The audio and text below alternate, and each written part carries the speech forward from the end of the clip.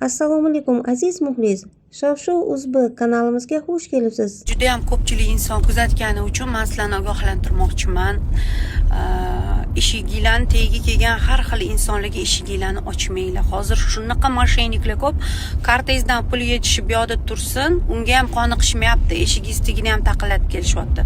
Menga har xil dastavka yuboradigan aziz hamkorlarimiz, tanishlarimiz, bilishlarimiz hech qachon yuborayotgan narsalarga meni nomimni yozmanglar va boshqa taniqli insonlarga ham dastavka yuborayotganda nomini, ismini yozmanglar hech qachon. Mana bunaqa narsalar kelib chiqadi. Mana shu ikkitasi kelib eshikni jiringlatyapti-da, ochishmasa to'polon qilishyapti. Nimaga oying chaqirib bermayapsan deb. Oyim to'g'ridan to'g'ri hech kim bilan gaplashmaydilar desa, meni bolalarim urishib tashlabdi. Chiq dedim, telefonni ber, kim ekan? Men taniyman, oying tanishiman. Shunda uyalmay o'zini becharaga solib pul so'rayapti-da. Gap bu yerda pul so'rashida ham emas, uni moshenikligida. Yaxshi ham uyimiz 24/7 pultga, ya'ni qo'riqlash xizmatiga topshirilgan. Meni jahlimni chiqargan narsa kamerani ochib eshitib o'tiribman hamma narsani.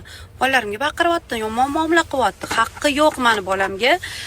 Men onangni taniyman, bu seni ishing emas, senga aytiladigan gap emas, shaxsiy ishim bor. Bunaqa qo'pol gapiryapti-da. Bolamni telefonini olib naryoga, kameradan naryoga ketib gapiryapti. Uzoqni ham oladi-da. Nechta 10 tadan oshiq kamera o'rnatilgan uyimiz atrofiga-da. Va meni istoriyamni точно ko'radi bular. Meni uyimga, mahallam atrofiga hech qachon yaqinlashma. Haqiqiy miskin odam unaqa bo'lmaydi. Men yordam beraman haqiqiy qiynalganga. Lekin haqiqiy qiynalgan inson bunaqa eshik taqillatib kelib, yana qo'pol muomala qilib, maqtatib kelmaydi.